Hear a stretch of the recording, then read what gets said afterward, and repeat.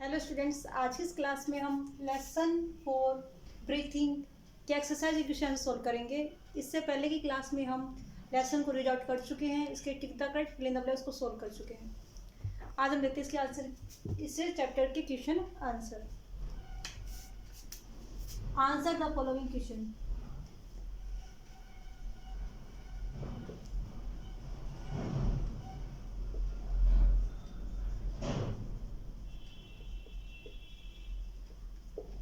Answer the following questions, नीचे दिए गए जो क्वेश्चन उसके आंसर में देने हैं। तो क्वेश्चन नंबर फर्स्ट हमारा,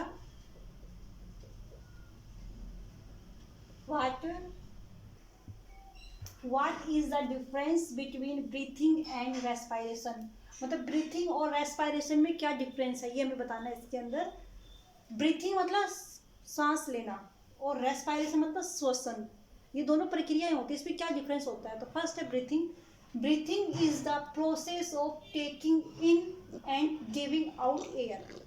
ब्रीथिंग एक प्रोसेस होती है जिसके अंदर हम सांस अंदर लेते हैं और बाहर निकालते हैं। ब्रीथिंग एक प्रक्रिया है, श्वसन एक प्रक्रिया, सांस लेने एक प्रक्रिया है जिसमें हम वायु को अंदर लेते हैं और बाहर निकालते हैं, ये प्रोसेस होती है ब्रीथिंग। वायु को अंदर लेना और बाहर निकालने जो प्रोसेस है उसको बोलते हैं ब्रीथिंग। फिर respiration.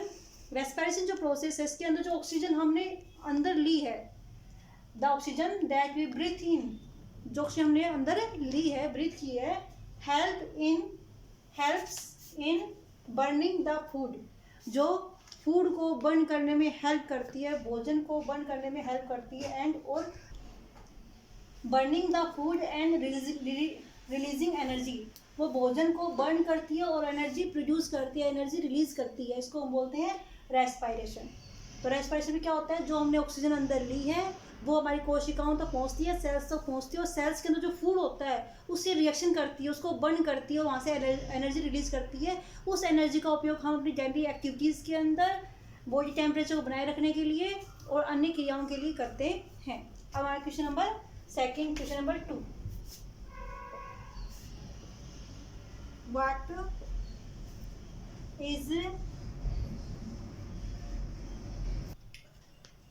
What is the proper way of breathing. हमारा सेकंड क्वेश्चन है कि ब्रीथिंग का प्रॉपर वे क्या होता है। तो इसका आंसर देखते हैं हम।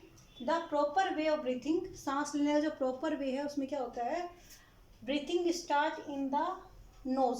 ब्रीथिंग है वो नाक से शुरू होती है, नोज से शुरू होती है, नोज के जो छेद होते हैं उसको बोलते हैं नोस्ट्रिल्स, उसके द्वारा ये ब्रीथिंग स्टार्ट होती है, and then moves the lungs, और बाद में ये एयर और पहुँचती है लंग्स में पहुँच जाती है। As our diaphragm moves downwards, हमारा जो डायफ्रेगम होता है वो नीचे की तरफ मूव करता है। द चेस्ट एक्सपेंड्स, और जो चेस्ट है वो फैलती है, and lungs full with air, और हमारे जो लंग्स होते हैं वो एयर से फुल हो जाते हैं, एयर से भर जाते हैं। मतलब जैसे हम सांस लेते हैं, हम जो सांस लेंगे तो हमारी लंग्स जो एयर है वो नाक से होती है, कहाँ से जाती है, हमारी लंग्स के अंदर चल जाती है, हमारी जो चेस्ट है वो बाहर की तरफ फैलती है, और डायफ्रेगम वो नीचे की तरफ मूव करता है, और हमारा जो लंग्स है वो एयर से फिल हो जाते हैं, फुल हो जाते हैं। इस प्रकार से ये ब्रीथिंग की प्रोसेस चलती है। जब ये एयर बाहर निकलती है तो जो डायफ्रेगम वापस अपने पहले अवस्था में आ जाता है, और चेस्ट होती है वो अंदर की तरफ कॉन्ट्रैक्ट हो जाती है और एयर बाहर निकल जाती है। इस प्रकार से प्रॉपर वे इसका चलता रहता है। अब देखते हैं question number 3, how is inhaling different from exhaling. Inhaling exhaling से किस प्रकार से डिफरेंट है। इनहेलिंग मतलब सांस को अंदर लेना, और एक्सहेलिंग मतलब सांस को बाहर निकालना।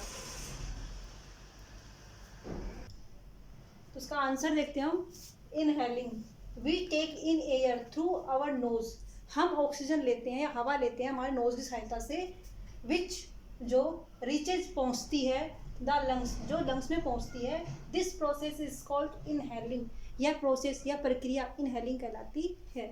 मतलब वी टेक, वी मतलब हम, टेक मतलब लेना, इन मतलब अंदर, एयर हवा, थ्रू के द्वारा अवर नोज, हम नाक के द्वारा हवा लेते हैं, विच रीचेज द लंग्स, जो लंग्स में पहुंचती है, और इस प्रोसेस को बोलते हैं इनहेलिंग। इस प्रोसेस में और क्या होता है, अवर चेस्ट आउटवर्ड्स, हमारी चेस्ट है तो बाहर की तरफ फैलती है, and the diaphragm moves downwards, और जो डायफ्रेगम होता है वो नीचे की तरफ मूव करता है। जैसे मान लो ये हमारी चेस्ट है, चेस्ट कैविटी है, इसके अंदर जो डायफ्रेगम होता है वो इस प्रकार से होता है, ये एक मस्कुलर ऑर्गन होता है, इसको बोलते हैं डायफ्रागम। जैसे हमारी चेस्ट में हवा अंदर आती है तो ये क्या करता है, नीचे की तरफ इस प्रकार से फैल जाता है। तो जो कैविटी का जो वॉल्यूम होता है वो क्या होता है, इंक्रीज हो जाता है और यहाँ पर हवा भर जाती है। और जैसे ही हम क्या करते हैं, एक्सहेलिंग करते हैं, तो ये डायफ्रागम वापस अपने पहले वाली अवस्था में आ जाता है। तो एक्सहेलिंग में देखते हैं, breathing out of air is called exhaling. Breathing out, बाहर निकालना, breathing out of air is called exhaling. हवा को बाहर निकालना एक्सहेलिंग कहलाता है, बहिर्श्वसन कहलाता है। इसके अंदर हमारी चेस्ट, अवर चेस्ट कॉन्ट्रैक्ट्स, हमारी चेस्ट सिकुड़ जाती है, and the diaphragm rises back to normal position. और जो हमारा डायफ्रागम होता है ये क्या होता है, वापस नॉर्मल पोजिशन में रहता है। इनहेलिंग में ये नीचे की तरफ चला गया था और एक्सहेलिंग वापस अपने नॉर्मल पोजिशन में आ जाता है। तो ये चेंज होते हैं इनहेलिंग और एक्सहेलिंग में। इनहेलिंग में सांस अंदर लेते हैं, एक्सहेलिंग में बाहर निकालते हैं। इनहेलिंग में चेस्ट बाहर की तरफ फैलती है और एक्सहेलिंग में सिकुड़ जाती है। इनहेलिंग में डायफ्रागम होता है वो नीचे की तरफ आता है और एक्सहेलिंग में डायफ्रागम वापस पहले वाली अवस्था में आ जाता है। अब हम देखते हैं क्वेश्चन नंबर 4। क्वेश्चन नंबर 4 देखते हैं हम। क्वेश्चन 4 हमारा, why do we breathe faster when we do physical activity. Why मतलब क्यों, डू मतलब करना, वी मतलब हम, ब्रीथ, ब्रीथ मतलब सांस लेना, फास्टर तेजी से, व्हेन जब, वी डू फिजिकल एक्टिविटी जब हम फिजिकल एक्टिविटी करते हैं, शारीरिक क्रिया करते हैं, उस समय हमारी जो सांस होती है वो तेज क्यों हो जाती है। इसका रीजन हमें देखते हैं, इसका रीजन देखते हैं हम। दिस इज बिकॉज, यह होता है क्योंकि, व्हेन जब, वी हम आर हैं फिजिकली एक्टिव, जब हम शारीरिक रूप से एक्टिव हैं, क्रियाशील हैं। फिजिकली एक्टिव मतलब जब हम शरीर से कुछ कार्य कर रहे हैं, जैसे हम दौड़ लगा रहे हैं, खेल रहे हैं, कूद रहे हैं, या फिर उछल कर रहे हैं, डांस कर रहे हैं, कुछ भी एक्टिव कर रहे हैं, एक्टिविटी कर रहे हैं, तो हम शारीरिक रूप से एक्टिव होते हैं। उस समय क्या होता है, वी नीड मोर ऑक्सीजन, हमें उस समय अधिक ऑक्सीजन की आवश्यकता होती है। नीड मतलब आवश्यकता, मोर मतलब ज़्यादा, ऑक्सीजन मतलब oxygen, to get more energy, ताकि हम अधिक एनर्जी प्राप्त कर सके, फॉर द बॉडी के लिए। जब हम शारीरिक क्रिया कर रहे होते हैं तो उस समय हमें अधिक मात्रा में ऊर्जा की आवश्यकता होती है। जैसे हम अगर दौड़ लगा रहे हैं तो हमें दौड़ने के लिए एनर्जी चाहिए, तो एनर्जी चाहने के लिए हम अधिक मात्रा में ऑक्सीजन लेंगे ताकि अधिक मात्रा में एनर्जी रिलीज हो सके। हमने रेस्पिरेशन में देखा था कि जो ऑक्सीजन हम लेते हैं शरीर के अंदर जाती है, वो शरीर की कोशिकाओं में जो फूड होता है उसको बर्न करती है और एनर्जी रिलीज करती है। तो यही प्रोसेस इसके अंदर होती है। जब हम फिजिकली एक्टिव होते हैं तो हम अधिक मात्रा में ऑक्सीजन लेंगे ताकि अधिक मात्रा में एनर्जी रिलीज हो सके, हमारी बॉडी को एनर्जी मिल सके।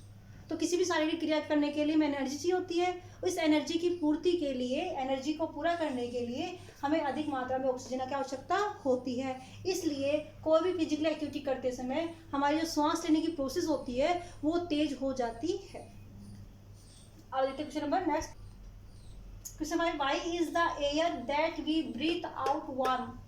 वाई मतलब क्यों, इज मतलब है, द एयर वह हवा, दैट जो, वी ब्रीथ वो हम सांस लेते हैं, ब्रीथ आउट मतलब बाहर निकालना, वार्म मतलब जो हम ऑक्सीजन या फिर सांस के द्वारा हवा बाहर निकालते हैं वो गर्म क्यों होती है। सांस जब हम अंदर लेते हैं तो ऑक्सीजन गैस लेते हैं और बाहर निकालते हैं तो CO2 गैस निकालते हैं।